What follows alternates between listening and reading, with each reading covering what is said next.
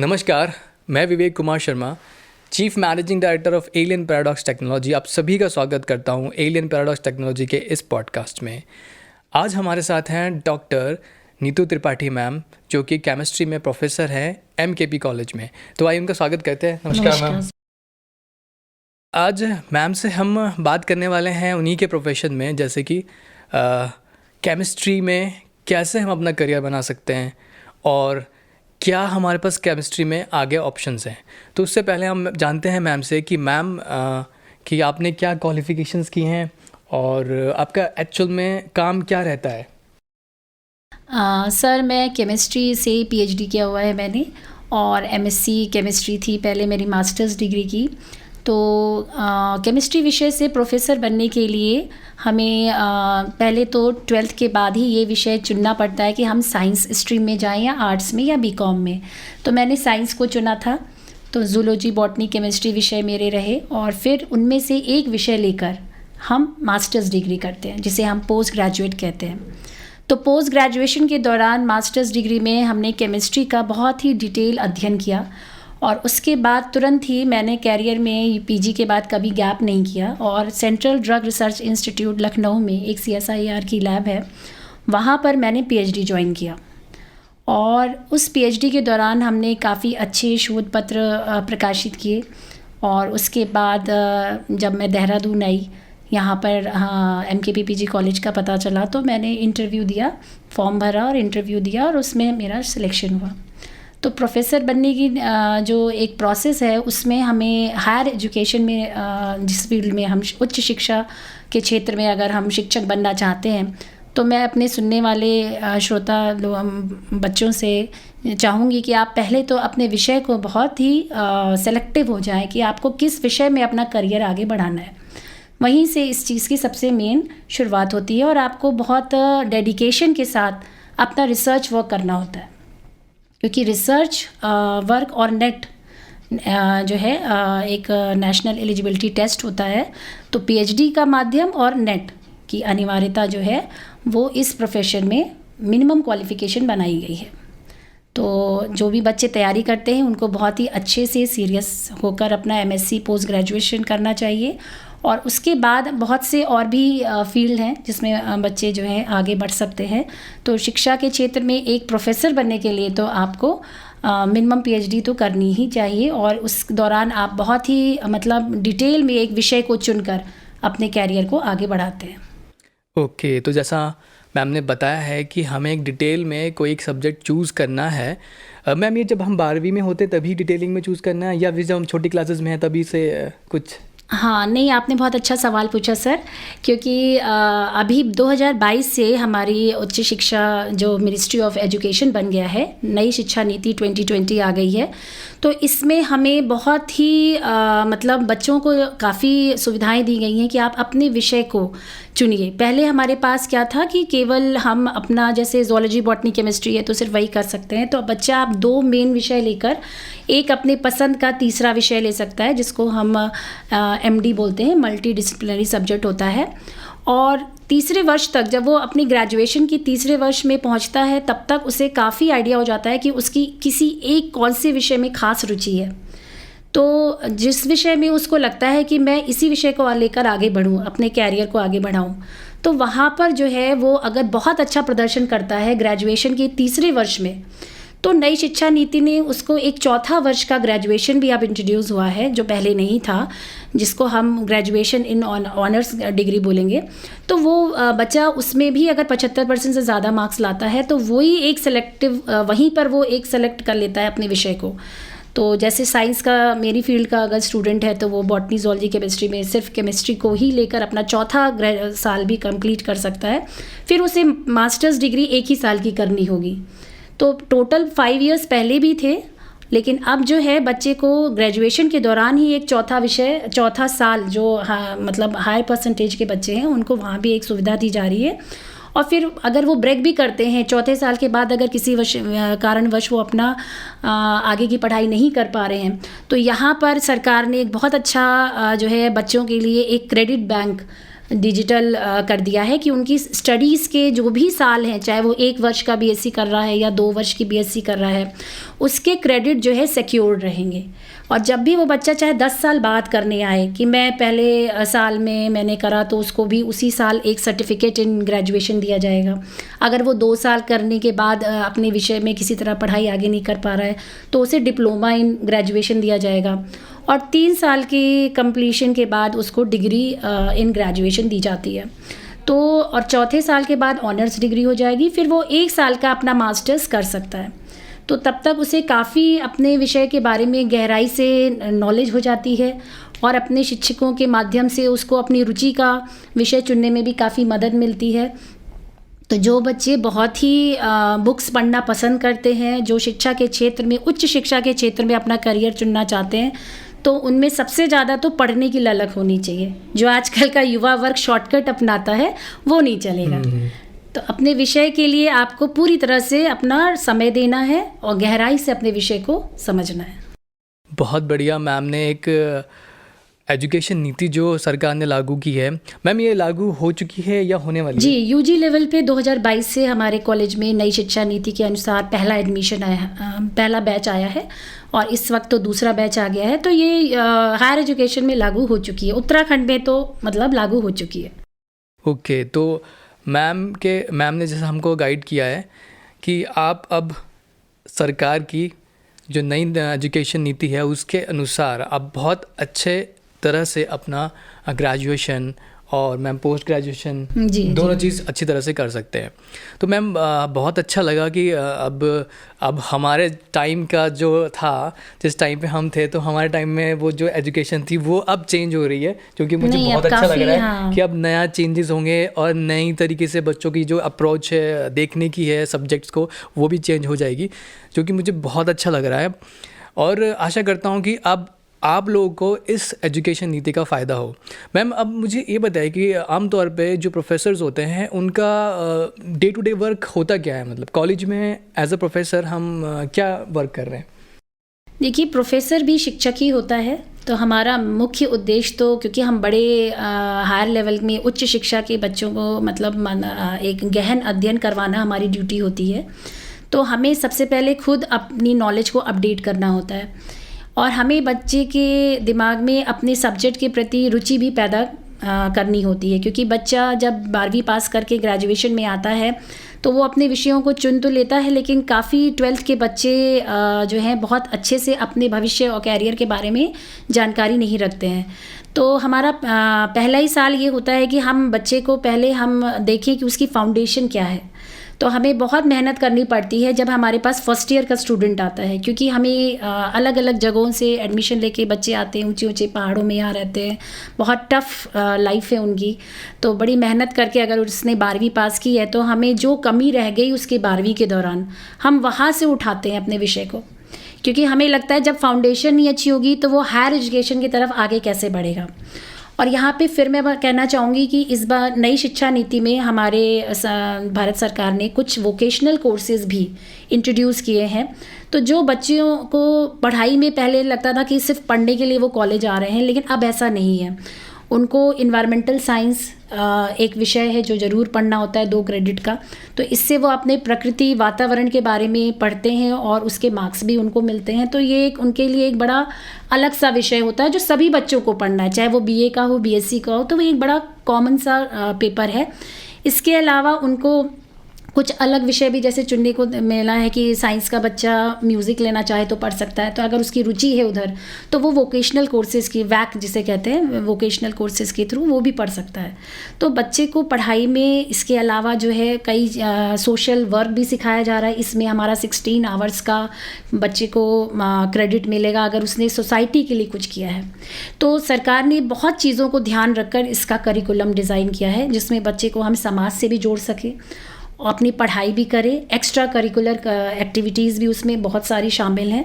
तो बच्चे को मतलब हर तरह से एक कौशल विकास की जो बात हो रही है कि बच्चा केवल किताब में ही ना उलझा रहे, वो थोड़ा सा प्रैक्टिकल नॉलेज भी अपनी रुचि के अनुसार पढ़ाई के साथ साथ सोशल वर्क और कंप्यूटर स्किल, मतलब बहुत सारी चीज़ें वो साथ में लेकर पढ़ सकता है और उसको फ़ायदा मिलेगा।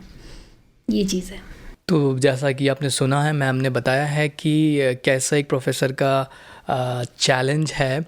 तो मैम आप कोई हमें ऐसा अनुभव बताएं अपना जहाँ पर आपको लगा हो कि ये बहुत चैलेंजिंग है, मतलब ये जॉब थोड़ी सी मुझे डिमांड कर रही है, बहुत चैलेंजेस है और मुझे थोड़ा अपने आप को अपग्रेड करना पड़ेगा। नहीं, चुनौतियाँ तो आती ही हैं। ये आपने बहुत अच्छा सवाल पूछा, क्योंकि जब बच्चा सोचता है कि मैं बड़े होके टीचर बनूंगा तो उसके दिमाग में पहले तो कई लेवल आते हैं कि मैं स्कूल टीचर बनूं, कि मैं 12th क्लास का टीचर बनूं, या मैं हायर डिग्री कॉलेज का टीचर बनूं। तो डिग्री कॉलेज का टीचर या प्रोफेसर जिसे कहते हैं हम, और यूनिवर्सिटी का टीचर बनने के लिए आपको सबसे पहले तो पूरी तरह से अपने आप को ही तैयार करना होता है। तो जब हम पीएचडी के प्रोसेस में जाते हैं, सबसे बड़ी चैलेंज हमें वहीं मिलता है, क्योंकि वो एक धैर्य रखने वाला साल होता है और लगभग 3-4 साल मिनिमम इसमें लग जाते हैं हर स्टूडेंट को। तो जो मैं आपको अपना अनुभव शेयर कर सकती हूँ वो ये कि मैं 9 to 5 जैसे कहते हैं, तो जस्ट 9 to 5 मैं अपनी लैब में रहती थी, प्रयोगशाला जिसे हम अपनी केमिस्ट्री लैब बोलते हैं। तो वहाँ पे हर वक्त एक जो है लैब कोट पहने हम काम करते रहते थे। और वहाँ उस हमारे बैच के सभी बच्चे, मतलब काफ़ी लोग तो रात के 9-9 बजे तक काम करते रहते थे। तो हमें लगता था कि हमें ये आर्टिकल भी पढ़ना है, वो आर्टिकल भी पढ़ना है, अपनी नॉलेज को, मतलब हमें बहुत सारा लिटरेचर सर्वे करना होता था। तो मतलब वो जो एक टेक्स्ट बुक किताब पढ़ने वाली आदत थी, उससे कहीं ज़्यादा एक ही टॉपिक को सर्च करने का बहुत बड़ा काम हमें मिल जाता है। और उस पर हमें चूँकि मेरा सिंथेटिक वर्क था, ट्यूबरकुलोसिस मेरा टॉपिक था रिसर्च का, तो उस दवा के बारे में, उस बीमारी के बारे में मुझे बहुत गहराई से पढ़ना पड़ा। इवन हम केमिस्ट्री से मेरा जो है स्विच ओवर मेडिसिनल केमिस्ट्री की तरफ हो गया, क्योंकि यहीं पर आकर हमें एक बिल्कुल नई फील्ड में जाना होता है, जिस विषय में हमारे गाइड ने हमें सुपरवाइज़ किया। तो मेडिसिनल केमिस्ट्री, और आज तो मतलब एक केमिस्ट्री का स्टूडेंट इवन जेनेटिक्स में काम कर रहा है, माइक्रोबायोलॉजिस्ट बन रहा है। मतलब हम केमिस्ट्री विषय को तो मैं मानती हूँ ये इतना मल्टीपल डायमेंशनल है कि आप किसी भी फार्मा इंडस्ट्री में जाएंगे तो केमिस्ट की बहुत वैल्यू है, क्योंकि उनको भी एक लैब टेक्नीशियन चाहिए होता है। तो हमें वो ट्रेनिंग पीएचडी के दौरान ही मिलती है कि कैसे चीज़ों को हैंडल करना है, केमिकल्स को कैसे हैंडल करना है, और हमें अपना भी सेफ्टी का ध्यान रखना होता है। और जो चीज़ें हमें बहुत मतलब पीजी तक भी हम उस लेवल पे नहीं सीख पाते हैं, वो पीएचडी के दौरान सीखते हैं। और धैर्य तो सबसे बड़ी चीज़ है जो हमें सीखनी होती है, क्योंकि हमें लगता है हमारा जल्दी काम हो जाए और फिर पता चलता है कि हमने जहाँ से शुरू किया था हमें वहाँ से दोबारा करना है। तो ये हमारा, क्योंकि कुछ नया करने के पर बहुत खुशी भी होती है, क्योंकि मेरे पीएचडी के दौरान 5 पेटेंट्स भी थे जो एक इनोवेटिव रिसर्च की वजह से ही मुझे मिले, और वो फाइल किए गए सीडीआरआई की तरफ से गवर्नमेंट ऑफ इंडिया को। तो ये जो टाइम होता है वो हमें बहुत उत्साह भी देता है कि अगर कुछ नया होता है तो हम बहुत उत्साहित हो जाते हैं। फिर उतनी जैसे जैसे आपको अच्छे रिजल्ट मिलते हैं आपका मन उसमें लगता जाता है। तो चुनौती सबसे बड़ी यही थी कि कैसे मैं 9 बजे से शाम के 6 बजे तक एक ही लैब में खड़े खड़े दिन भर हमें काम करना होता था। और लेकिन वो धैर्य अभी भी जीवन में काम आ रहा है, उस वक्त जो सीखा वो अभी तक काम आ रहा है। तो ये एक बहुत बड़ा पीरियड होता है 4 साल का। और इसके माध्यम से मैं ये भी आपके शो के माध्यम से बताना चाहूँगी कि अगर पीएचडी के लिए आपने नेट जेआरएफ या किसी प्रोजेक्ट के थ्रू काम किया तो आपको एक अच्छा स्टाइपेंड भी मिलता है। तो वो भी एक बहुत मोटिवेशनल चीज़ होती है कि अगर आप पीएचडी भी कर रहे हैं और आपको कुछ सैलरी के फॉर्म में या फेलोशिप के फॉर्म में कुछ अर्निंग भी हो रही है। तो वो दोनों चीज़ मेरे साथ थी। तो बच्चे जो अच्छी लैब से, अच्छे इंस्टीट्यूट से, अच्छे कॉलेज से, अच्छी यूनिवर्सिटीज़ में अगर आप जाते हैं और अगर आपने किसी अच्छे प्रोजेक्ट के थ्रू काम किया पीएचडी का, तो वो काफ़ी इंटरेस्टिंग होता है बच्चे के लिए भी और जो काम सुपरवाइज़र होता है उसके लिए भी। मैम ने आपको बहुत अच्छे से गाइड किया है। और मैं मैम एक क्वेश्चन आपसे पूछना चाहता हूँ कि एक क्वेश्चन भी है और साथ में मेरा एक विचार भी है कि अगर हमें काम करना है तो हमारी फाउंडेशन हमेशा मेरा जो मानना है कि वो छोटी क्लासेस से होनी चाहिए। कि अगर हम फिफ्थ में मुझे लगता है कि बच्चों को इतना पता चल जाता है कि वो क्या कर रहा है, थोड़ा सा उसको आइडिया हो जाता है। तो अगर 5th 6th 7th से हम अपना एक बेस बना लें तो हम क्या आपकी तरफ से बच्चों के लिए एक कहते हैं ना गाइडेंस हो कि अगर आप छोटी क्लासेस में हैं और आप केमिस्ट्री को किस तरह से देखें, क्योंकि देखने का भी एक अपना व्यू है ना, अगर आप सही से देख रहे हैं तो आप उस तक पहुंच ही जाएंगे, पर अगर आप देखने का व्यू सही नहीं हो रहा है, क्योंकि मैंने जो अभी तक देखा है बच्चे सिर्फ सोचते हैं कि हमें मार्क्स आ जाए, मार्क्स आ जाए, मार्क्स आए, और मार्क्स के चक्कर में सिर्फ वो पढ़ते भी उतना है जितना टीचर्स ने पढ़ाया है, यानी जितना उनका सिलेबस है वो उतना ही पढ़ते हैं। और मुझे ये लगता है कि मैम उतना पढ़ने से उनको प्रॉब्लम बाद में शुरू हो जाती है, अभी तो उनको लगता नहीं है छोटी क्लासेस में। तो कोई ऐसा एक वे बताइए कि अगर बच्चा 5th 6th 7th 8th class में है जहाँ पर केमिस्ट्री का पोर्शन अभी कम है पर आने वाले टाइम में आने वाला है, तो उस टाइम के लिए क्या हिदायत है कि वो केमिस्ट्री को किस एंगल से देखे, या क्या उसका विजन हो केमिस्ट्री को देखने का? ये भी आपने बहुत सही बात कही, क्योंकि मेरा खुद ऐसा मानना है सर कि जो भी बच्चे केमिस्ट्री से अपना भविष्य बनाना चाहते हैं तो उनकी नज़र उस विषय पर बचपन से होनी चाहिए। और यहाँ भी मैं ये कहूँगी कि हमारी नई शिक्षा नीति ने अब जो 5+3+5 का जो ये बनाया है नियम, उसमें हम 5th क्लास के बाद स्टडीज़ को उन्होंने काफ़ी फोकस किया है, 6th 7th 8th क्लासेस जिसे हम बोलते हैं। तो वहाँ पे जब मैं देखती हूँ कि साइंस इंट्रोड्यूस होती है तो बच्चे को वहाँ पे अपने आसपास जो है, जो भी केमिकल वो अपने लाइफ में डे टू डे लाइफ में देख रहा है, क्योंकि केमिस्ट्री मैं खुद भी क्लास में पढ़ाती हूँ तो एग्जाम्पल सिर्फ वही देती हूँ जो बच्चे के आसपास है।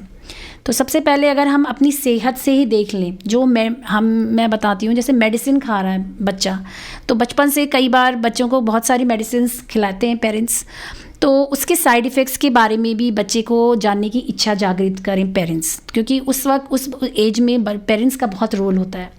आप बड़ी क्लास में जाके सीधे बोल दें कि तुम केमिस्ट्री ले लो या तुम डॉक्टर बन जाओ, इंजीनियर बन जाओ, बजाय इसके कि आप बच्चे को बताइए कि ये चीज़ हार्मफुल है।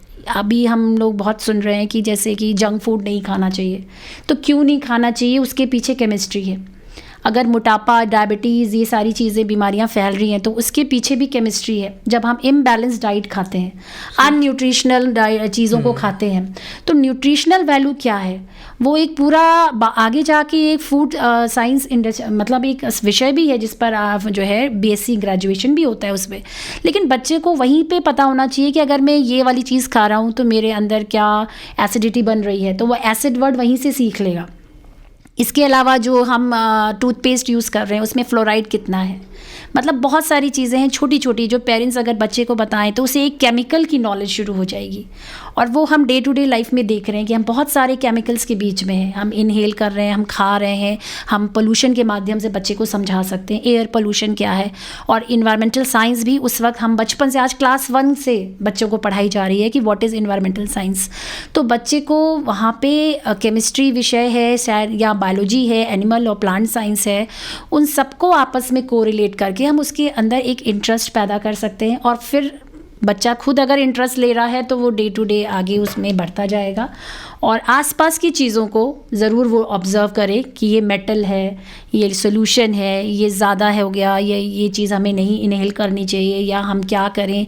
अब बच्चे को बचपन से ही बताएं कि कार पूल करके जाना चाहिए, otherwise harmful carbon dioxide gas जो है ज़्यादा प्रोड्यूस होगी। तो केमिस्ट्री तो हमारे डे टू डे लाइफ में डेली हो रही है। हम इतना फ्यूल कंज्यूम कर रहे हैं, और अगर रास्ते में आप सड़क पे जाएं तो किसी को भी नहीं अच्छा लगता काले धुआं के पीछे चलना। तो बच्चे के अंदर इंटरेस्ट पैदा किया जा सकता है, लेकिन उसके लिए सिर्फ टीचर के ऊपर जिम्मेदारी छोड़ना ठीक नहीं है। आप एज अभिभावकों की भी जिम्मेदारी है कि वो अपने बच्चों को बचपन से ही सिखाएं। साइंस के प्रति जागरूकता बहुत ज़रूरी है ऑब्वियसली। और जो हमारी जो पूरी जो लाइफ साइकिल है वो it's made up of these things, यही आपके केमिकल्स से बनी हुई है। हमारी जो प्लानट है वो केमिकल कंपोजिशन से बना है, हमारी बॉडी है केमिकल कंपोजिशन से बनी है। सो हर चीज़ में केमिकल, अगर वो केमिकल ना हो, वो बाउंडिंग ना हो, तो वो नहीं हो पाएगा।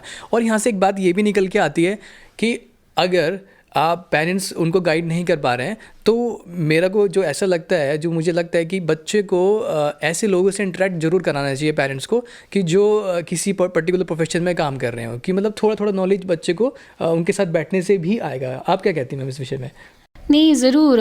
बहुत सारे फैमिली में बहुत अच्छे अच्छे पदों पे लोग होते हैं, लेकिन वो बच्चों को अगर पूरा समय नहीं दे रहे हैं और उन्हें मोबाइल, टीवी, लैपटॉप की चीज़ों के साथ ज़्यादा जोड़ रहे हैं, तो मैं समझती हूँ कि जब आप खुद बच्चों को समय देंगे तभी आप उनसे बात कर पाएंगे, उसकी रुचि जान पाएंगे। और आपके फैमिली में बहुत लोगों की फैमिली में होते हैं कि कोई बायोलॉजिस्ट है, कोई केमिस्ट है, कोई डॉक्टर है, इंजीनियर है, तो वो अपने फैमिली रिलेटिव्स जहाँ भी जो बच्चे हैं या कहीं भी आप जा रहे हैं, सफ़र कर रहे हैं, वहाँ पे आपको कुछ फ्रेंड्स मिल गए, तो अपनी बातचीत का मुद्दा एजुकेशनल रखना चाहिए। बच्चों को अगर हम केवल खेल कूद और मूवीज़, सिनेमा और उनके जो गेम्स चल रहे हैं, कंप्यूटर गेम्स, इन्हीं चीज़ों की बातें करेंगे और यही गिफ्ट्स देंगे तो फिर उनको उन्हीं की आदत लगेगी। और अगर हम उन्हें गुड बुक्स दें, बहुत छोटी छोटी पॉकेट बुक्स आती हैं जो साइंस के डिस्कवरीज़ के ऊपर होती हैं, बुक रीडिंग सिखाएं और सिर्फ बुक ही ना दें, उस पर चर्चा भी करें कि इसका, क्योंकि बच्चे को जब तक आप बातचीत के माध्यम से नहीं जोड़ेंगे तो मैं नहीं समझती, क्योंकि मैं 12th पास बच्चों को भी जब मैं देखती हूँ तो वो अपने विषय के बारे में बिल्कुल गहराई से कोई नॉलेज नहीं होती है। बच्चे ने 80% ला के बोर्ड में पास किया होता है और उसे क्लास 5 के और 6 के लेवल की साइंस भी नहीं आती। तो इसका मतलब बच्चा केवल पढ़ रहा है और पास हो रहा है, उसको वो गहराई से सोच नहीं रहा है, उसकी थिंकिंग में ही अपना सब्जेक्ट नहीं है।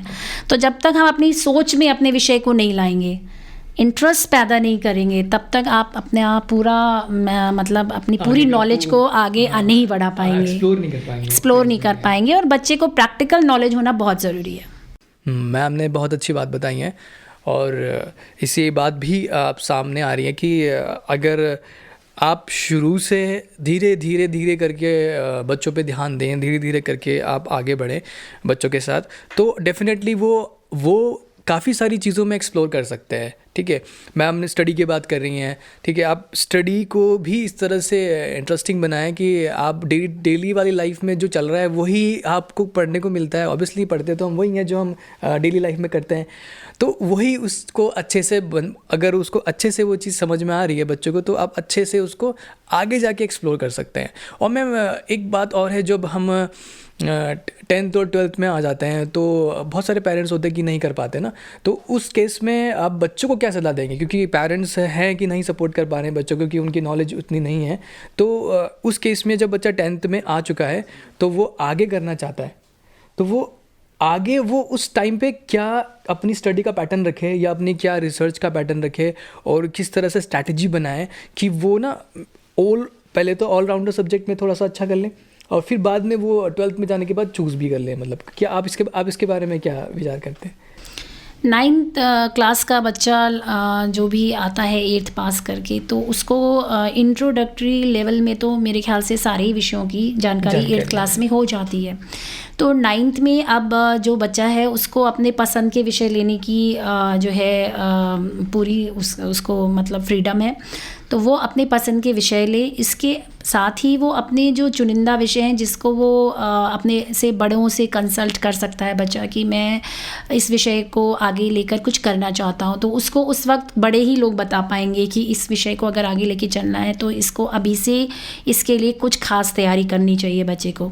अब जैसे केमिस्ट्री विषय ही है तो मैंने बताया कि एक पीरियोडिक टेबल चैप्टर होता है, तो वो आ जाता है 6th क्लास से ही, लेकिन बच्चा उसको 12th के बाद भी अगर उसको उसकी नॉलेज नहीं है तो इसका मतलब बच्चे की तैयारी जो क्लास 6 से ही होनी चाहिए वो ही अधूरी है। Definitely. तो अगर बच्चे ने 8th क्लास के बाद, क्योंकि 9 से ही बच्चा सीरियस होता है, जनरली हमारे घर के बच्चे 9th क्लास को ही सीरियसली लेते हैं, तो ठीक है अभी भी देर नहीं होती है। 9th क्लास से ही वो अपने जो है साइंस में अगर जाना चाहता है तो उस विषय को खास तैयारी करें और इसके लिए कुछ पर्सनल नोट्स भी बना सकता है, कुछ एक्टिविटीज़ भी कर सकता है जिसके माध्यम से उसको अपनी पीरियोडिक टेबल याद की जा सकती है। तो कुछ और भी तरीके हैं किताबों में पढ़ने के बाद बच्चे को अपने खेल में भी कुछ एक्टिविटीज़ के माध्यम से अब सरकार भी प्रोत्साहन दे रही है कि बच्चों को बचपन से ही सिर्फ किताबों के माध्यम से ही ना पढ़ाया जाए।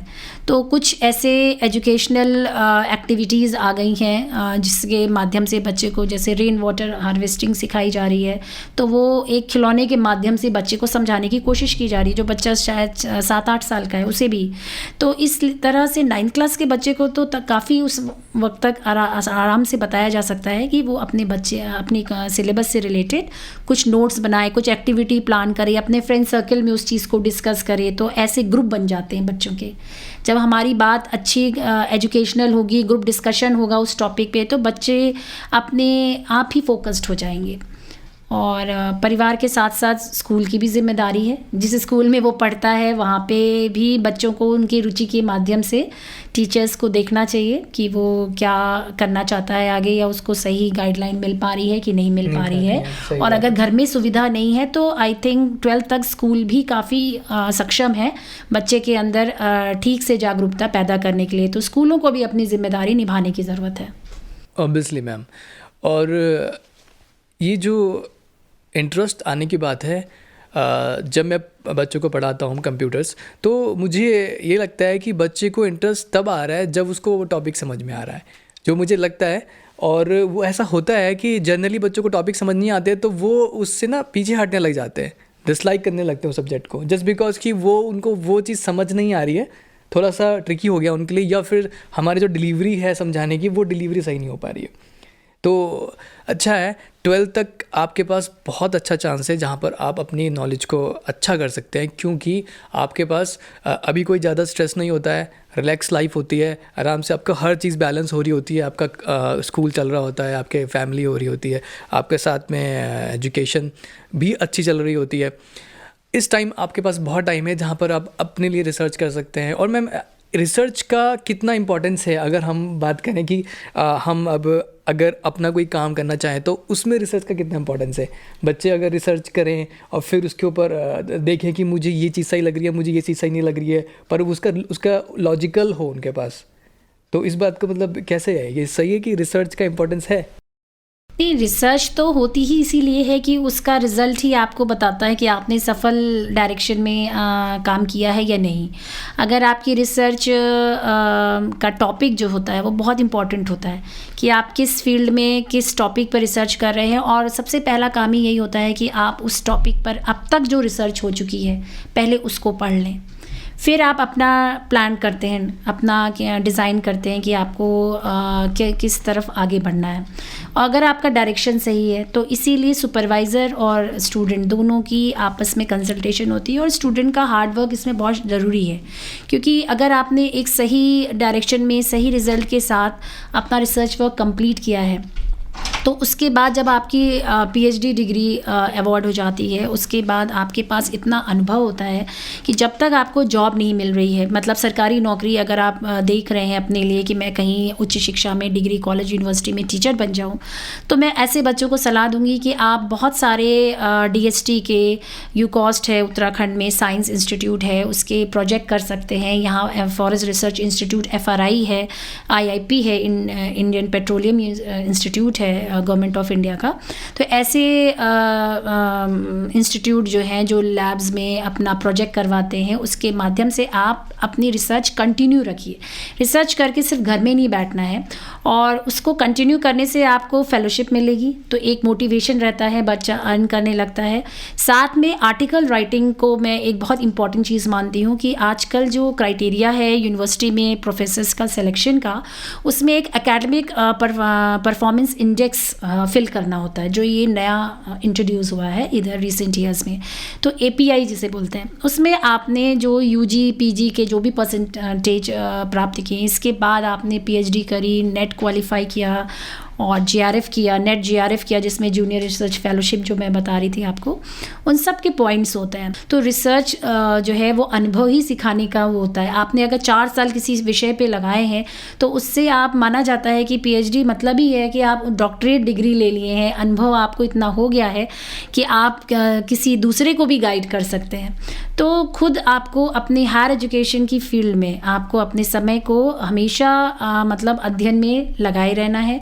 और इसके साथ ही बहुत सारे फार्मा इंडस्ट्रीज़ हैं जो साइंस के स्टूडेंट्स, केमिस्ट्री स्टूडेंट्स के लिए स्पेशली बहुत सारे कोर्सेज़ हैं, जैसे फूड क्वालिटी कंट्रोल करना, जो बहुत इंपॉर्टेंट भी है, क्योंकि यहाँ मैंने जैसे आपने पूछा था कि कैसे हम डे टू डे लाइफ को अपने सब्जेक्ट से कनेक्ट करें, तो जो भी मिलावटी खाना मिल रहा है, मार्केट हो रहा है, तो इसमें भी हमें बहुत सारे लैब टेक्नीशियंस की ज़रूरत पड़ती है जो स्किल्ड होने चाहिए अपने। और बहुत सारी जो हैं वो इंस्टीट्यूट्स भी हैं जो ट्रेनिंग देते हैं, 4-5 महीने का ही कोर्स होता है, सर्टिफिकेट कोर्सेज़ हैं जिसको करके बच्चा ऐसे जॉब्स पा सकता है जिसमें क्वालिटी कंट्रोल, आता है केमिस्ट्री के बच्चों के लिए, बहुत अच्छा स्कोप है वहाँ पे। तो ये क्वालिटी चेक करने वाला जो प्रोसेस है, ये आपके कॉस्मेटिक इंडस्ट्रीज़, फार्मा इंडस्ट्रीज़ और आपका फूड इंडस्ट्री, हर एक जगह में इनकी रिक्वायरमेंट है, क्योंकि हर जगह हम जानते हैं कि कुछ ना कुछ मिलावट हो रही है। तो ऐसे इंस्पेक्टर्स की भी ज़रूरत है जो इसको चेक कर सके। तो केमिस्ट्री बैकग्राउंड के स्टूडेंट को यहाँ पर आफ्टर यूजी ही इवन काफ़ी कोर्सेज ऐसे भी हैं जो ग्रेजुएट बच्चा भी अप्लाई कर सकता है और बहुत जल्दी ही जॉब में उसको मतलब सेटिस्फेक्शन मिल जाता है। मैम ने बहुत अच्छी तरह से हमें गाइड किया है, हमें एक मैप बताया है कि कैसे आपको चलना चाहिए, क्या करना चाहिए, क्या नहीं करना चाहिए। तो मैम एक प्रश्न मेरा और है आपसे कि जब बच्चा कॉलेज में एडमिशन लेना चाहता है और वो 12th पास करा होता, तो उस टाइम उसे कम नॉलेज होती है 12th में ना, तो कई बार ऐसा होता है कि पेरेंट्स को भी नहीं पता होता है कि बच्चे को कैसे एक प्रोसेस के थ्रू कॉलेज में एडमिशन लिया जाए। तो क्या आप उसको उसके बारे में थोड़ा बताइए कि कॉलेज में अगर 12th के बाद कैसे एडमिशन लिया जाता है? जी, आजकल जो है नेशनल टेस्टिंग एजेंसी एक है गवर्नमेंट ऑफ इंडिया की, तो ऑल ओवर कॉलेजेस और यूनिवर्सिटी का एक कॉमन यूनिवर्सिटी एंट्रेंस एग्ज़ाम हो रहा है जिसका शॉर्ट फॉर्म है CUET। तो बहुत सारे बच्चों को इसकी जानकारी नहीं होती है, तो मैं बताना चाहूँगी कि आपको कहीं भी आप गूगल सर्च करेंगे, आप NTA को टाइप कर लीजिए, CUET कीवर्ड्स को टाइप कर लीजिए, और इसको जब आप 12वीं का बोर्ड का एग्ज़ाम दे रहे होते हैं उसी वक्त से इसका रजिस्ट्रेशन कई बार शुरू हो जाता है। और आपको एक्टिव रहना चाहिए कि आप उस एंट्रेंस के लिए पहले रजिस्टर्ड हो जाएं। फिर एक कॉमन यूनिवर्सिटी एंट्रेंस हो रहा है, उसमें आपको अपीयर होना होगा। अब मेरिट से काफ़ी हद तक व्यवस्था, जो पहले फॉर रजिस्ट्रेशन के बाद मेरिट के माध्यम से बच्चों के नाम आ जाते थे, एडमिशन हो जाता था, अब वो व्यवस्था बंद कर दी गई है ज़्यादातर स्टेट्स में। तो जहाँ भी CUET का 100% नियम लग रहा है, वहाँ पर अगर आपने इस परीक्षा को मिस कर दिया तो आप एडमिशन लेने से वंचित भी रह सकते हैं। तो इस परीक्षा के जो स्कोर होंगे, CUET के जो स्कोर होंगे कॉमन यूनिवर्सिटी एंट्रेंस एग्ज़ाम के, इसके माध्यम से आप इंडिया में किसी भी जगह एडमिशन ले सकते हैं। ये बहुत अच्छी बात है इस वक्त कि गढ़वाल यूनिवर्सिटी का अगर आप चाहते हैं तो वहाँ भी आप एडमिशन ले सकते हैं, उससे एफिलेटेड कॉलेज में ले सकते हैं, हमारे कॉलेज में ले सकते हैं, जो जैसी आपकी परफॉर्मेंस होगी। और अगर आप कोई बच्चा चाहता है कि मैं दिल्ली यूनिवर्सिटी में एडमिशन ले लूँ, तो उसके लिए भी उसको इसी एग्ज़ाम की ज़रूरत पड़ेगी। तो यानी आप इंडिया की जो टॉप 10 बेस्ट यूनिवर्सिटीज़ में भी अगर आप जाना चाहते हैं, आपने अच्छे नंबर से 12th पास किया है, तो भी आपको इस एंट्रेंस में अपीयर होना पड़ेगा। तो अगर हम समझ रहे हैं तो जो बात है कि आपको अब टेस्ट देना पड़ेगा अगर आपको कॉलेज में एडमिशन लेना है। अब आपके मेरे ख्याल से अब डायरेक्ट एडमिशन की बात करिए, डायरेक्ट एडमिशन नहीं हो रहे हैं, अब वो बंद हो गए। हाँ। तो मैम ये कब से शुरू हुआ है? ये पिछले साल भी शुरुआत इसकी हो गई थी, पर उसमें कुछ सरकार ने रिलैक्सेशन दे दिया था। इस साल भी इसको सख्ती से उत्तराखंड में पालन किया गया था, बट काफ़ी बच्चे इस एग्ज़ाम को देने से रह गए थे। अच्छा। तो यूनिवर्सिटी और UGC के माध्यम से ये रिलैक्सेशन इस बार भी बच्चों को मिला और देर से हो पाया ये व्यवस्था, तो बच्चों ने काफ़ी देर से एडमिशन लिया। तो जो गवर्नमेंट की यूनिवर्सिटीज़ हैं उनका भी अपना एक पोर्टल होता है, जैसे उत्तराखंड की श्री सुमन यूनिवर्सिटी, उसका भी अपना एक पोर्टल है। बच्चे को वहाँ भी अपना अप्लाई देखना चाहिए। मतलब बच्चे को जो टॉप यूनिवर्सिटीज़ हैं, सबसे पहले अपने लोकल लेवल में जो यूनिवर्सिटीज़ हैं उसका पता होना चाहिए कि कौन सी गवर्नमेंट की यूनिवर्सिटी है, कौन सी प्राइवेट यूनिवर्सिटी है, और उसकी वेबसाइट पे जाके डिटेल में पता करना चाहिए कि मैं अगर यहाँ पे अप्लाई करूँ तो मुझे ये कॉलेज मिल सकता है। तो इसकी रिसर्च उसको 12वीं के साल में ज़रूर करनी चाहिए। और CUET तो all India common university exam है, तो इसका तो आपको पूरा ध्यान देना होगा, क्योंकि इसके ही माध्यम से आपको इंडिया में कहीं भी एडमिशन लेना हो, अपने स्टेट की भी राज्य यूनिवर्सिटीज़ और कॉलेजेस में अगर एडमिशन चाहिए तो आपको ये दोनों चीज़ें ध्यान देनी होगी। और कुछ यूनिवर्सिटीज़ का अपना भी पोर्टल है, उसको भी आपको देखना होगा, जिसके तहत वो अपना एडमिशन देती हैं। तो पूरी तरह से तो मेरिट मैं नहीं समझती कि बंद हुआ है, क्योंकि कुछ प्राइवेट कॉलेजेस भी हैं वो अपनी तरह से एडमिशन लेते हैं, तो बच्चे को हर ऑप्शन देखने चाहिए। मैम बहुत अच्छा लगा आपसे बात करके, आपने बहुत सारी चीज़ें हमें बताई हैं, जो हमें नहीं पता था वो आपने बताया। और मैम चलते चलते मैं आपसे एक प्रश्न और पूछना चाहूँगा कि आप हमारे जो ऑडियंस है, जो भी हमें सुन रहा है, जो देख रहा है, उनको आप क्या हिदायत देना चाहती हैं, और ख़ास करके युवा वर्ग को क्या हिदायत है आपकी तरफ से? जी बिल्कुल, क्योंकि एक शिक्षक की क्या कर्तव्य होते हैं और वो बच्चों को कितना अपने विषय से जोड़ पाता है, ये तो एक शिक्षक और प्रोफेसर की ज़िम्मेदारी होती है। और वो स्कूल लेवल से लेकर डिग्री कॉलेज और यूनिवर्सिटी तक के शिक्षकों की जो है ज़िम्मेदारी एक बराबर है, क्योंकि बचपन से ही बच्चे के अंदर विषय की जो एक उत्सुकता होती है उसे भी प्राइमरी के टीचर्स को बहुत ही ज़िम्मेदारी से पूरा करना चाहिए, ताकि वही बच्चा आगे जाके 10th 12th और ग्रेजुएशन और पोस्ट ग्रेजुएशन करने वाला है। लेकिन बच्चों को भी अपने हिस्से की ज़िम्मेदारी जो है पूरी तरह ईमानदारी से निभानी चाहिए। अब देखने को क्या मिलता है कि युवा वर्ग जो है वो बहुत सारी चीज़ों को एक साथ लेके चलते हैं, और उसमें कई बार वो अपने कॉलेज, जिस कॉलेज में उन्होंने इतनी मेहनत से एडमिशन लिया है, जहाँ बहुत अच्छे टीचर्स और प्रोफेसर्स हैं पढ़ाने के लिए, पर बच्चे अपनी प्रॉपर अटेंडेंस नहीं देते हैं। और अगर कुछ 2/3 मतलब आपने क्लासेस मिस करी, फिर आप विषय में अपने कमज़ोर पड़ जाएंगे। फिर वो जो कीमती लेक्चर्स, मैं कहूँगी कि जो प्रोफेसर बहुत मुश्किल अपने कीमती समय दे रहा है, बच्चों को पढ़ाने की मेहनत कर रहा है, उसका फ़ायदा आपको मिलेगा ही तब जब आप क्लास में उपस्थित होंगे। तो जो बच्चे अपनी क्लासेस में रेगुलर आते हैं उनका, और जो नहीं आते हैं उनके विषय की जानकारी के अनुभव में बहुत फ़र्क देखने को हमें मिलता है। तो जो बच्चे रेगुलर आते हैं वो एक बहुत इंपॉर्टेंट चीज़ होती है। डिग्री कॉलेज को बच्चे काफ़ी क्लासेस जो है मिस भी कर देते हैं, जो उनके पार्ट का एक बहुत बड़ी कमी है उनकी। और दूसरा, जब आप कॉलेज आते हैं, अपने शिक्षकों से मिलते हैं, अपनी प्रॉब्लम शेयर करते हैं, तो शिक्षक भी आपकी प्रॉब्लम्स और क्वेरीज़ को दूर करने में अपने अनुभव से आपको ये जानकारी देते हैं कि आपने क्या करना है और क्या नहीं करना है। जब आप आएंगे तभी आपको इसका फ़ायदा मिल सकता है। तो सबसे बड़ी चीज़ तो आपकी क्लासेस में उपस्थिति है। और दूसरा, बहुत सारे बच्चे मैं देखती हूँ कि सरकारी कॉलेज में गवर्नमेंट एडेड कॉलेजों के अलावा को छोड़कर प्राइवेट कॉलेजेस को चूज़ करते हैं और वहाँ जाना पसंद करते हैं, क्योंकि शायद उन्हें लगता है कि इस कॉलेज की बिल्डिंग बहुत अच्छी है, इसका गार्डन बहुत अच्छा है, यहाँ हमें पढ़ने में ज़्यादा अच्छा लगेगा। लेकिन मैं ये कहना चाहूँगी कि जहाँ आपको शिक्षा का जो लाभ मिले, आप पहले वो देखिए। आप बाहर के इंफ्रास्ट्रक्चर को देखकर अपना एडमिशन ना तय करें, बल्कि ये सोचें कि आपने जो कॉलेज चुना है वहाँ पे क्या फैकल्टी क्या है, उसका प्रोफाइल क्या है। आजकल सभी कॉलेजेस की वेबसाइट है, आपको उसका फैकल्टी प्रोफाइल देखने को मिल जाएगा। और जहाँ तक मैं समझती हूँ कि अगर आपका एडमिशन, जैसे ग्रेजुएशन की बात हो रही है, मिनिमम फ़ीस में सरकार अगर गवर्नमेंट कॉलेजेस में, गवर्नमेंट एडेड कॉलेजेस में इतनी कम फ़ीस में अगर आपको साइंस ग्रेजुएशन भी मिल रहा है, तो आप इतनी बड़ी फ़ीस देकर आप प्राइवेट कॉलेज में पढ़ना, मुझे नहीं लगता सही निर्णय होता है। लेकिन अब फाइनली बच्चा अपना स्टेटस या पता नहीं जो भी आजकल बच्चों के दिमाग में है, लेकिन मैं चाहती हूँ कि युवा वर्ग को इस तरफ बहुत ध्यान देने की ज़रूरत है कि आप एक अच्छी फैकल्टी के संपर्क में आएँ और क्लासेस में जाएं। अपने विषय में अगर आप कुछ बनना चाहते हैं, सिर्फ डिग्री लेना आपका उद्देश्य नहीं होना चाहिए कि मैं मास्टर्स डिग्री ले लूं किसी भी विषय में। अगर आपने मास्टर्स डिग्री लेनी है तो आपको इस डिग्री के नाम से ही पता चल रहा है आपको अपने विषय का मास्टर बनना है। तो ये तभी संभव है जब आप क्लासेस में उपस्थित हों, अच्छे कॉलेज में जाइए, अपने अच्छे शिक्षकों के संपर्क में आइए और अपने विषय में अपना पूरा इन्वॉल्वमेंट दिखाइए, तभी संभव हो सकेगा। डेफिनेटली मैम, आपने बिल्कुल सही बात की है कि हमें बहुत अटेंटिव रहना है। जब तक हम अटेंटिव नहीं रहेंगे और अपनी क्लासेस और कॉलेज में जो क्लासेस हमारी है उनको मिस नहीं करेंगे। बहुत बहुत सही बात बोली है मैम आपने। आपको कॉलेज की क्लासेस मिस नहीं करनी है, आपने कॉलेज में अटेंडेंस देनी है और जितना हो सके मैक्सिममली आप अपने टीचर से वो चीज़ें पूछें।